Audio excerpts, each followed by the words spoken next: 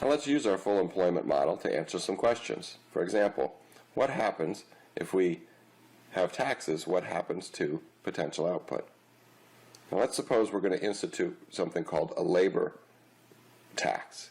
Right? And that tax is going to be a tax paid by firms when they hire labor. Now what we would expect to happen is, since the cost of labor is rising, we're going to have a decrease in labor demand.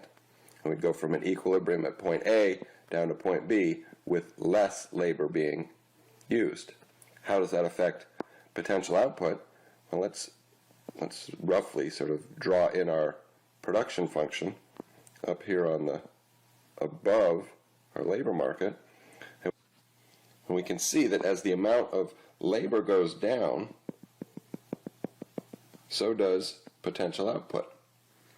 And if we shifted from point A to point B, we could trace up to the production function how much potential output is, and we'd see that it goes down when the amount of labor goes down. So anything which decreases labor at equilibrium in the labor market is going to decrease potential output.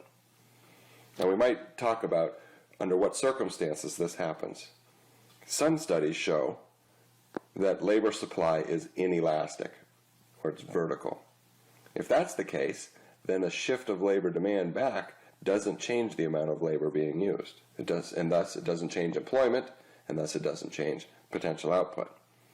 So depending on how we think the labor market works and how labor supply, how elastic it is to changes in wages, we're going to have different effects on potential output. In most instances, when we look at these models, we're going to look at an upward sloping or somewhat elastic labor supply curve, and we would see an effect on potential output. Another way this model is used is in a theory called real business cycle theory.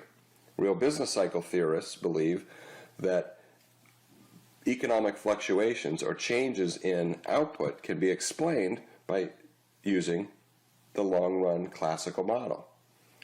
How would we explain a drop in output during a recession? Well, it would have been changes in the labor market which decreased employment. That would translate into drops in potential output. So real business cycle theory is the economic theory that emphasizes how shocks to the economy, to technology, cause fluctuations in economic activity. Suppose there's a negative technology shock and labor becomes less productive.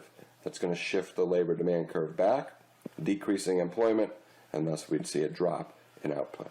This is just one theory about how economic fluctuations happen. We're going to see more theories as we move forward and when we look at our short-run economic models.